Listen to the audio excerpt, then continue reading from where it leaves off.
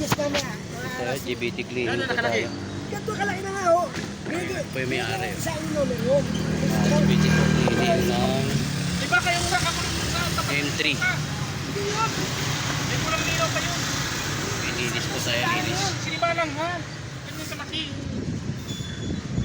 Ano yung numero yun? Naman po. Honda. Bago. Parehas po ng ano, Honda Click yung ano niya, lining niya. Ito yung sa kanya, duro, sira. Ano siya naman basta mo? Ito yung nangyari din sa ano, para ka ano, ka-lighting na. Yung ginawa nito.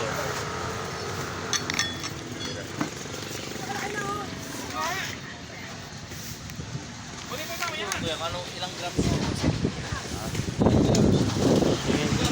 Original niya to eh. Isa lang. Utak yun.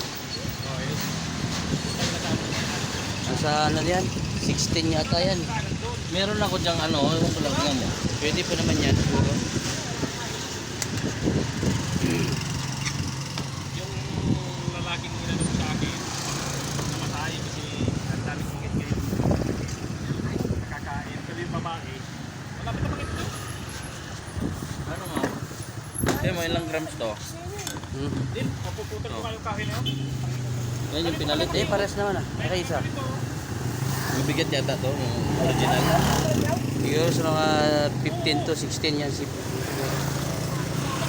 Hindi siya magkalayo niya. Pwede ko ba itong ano? Tatlo nito, tatlo ng original. Baka mabigat na yan. Binabalance mo. 15. Di try mo.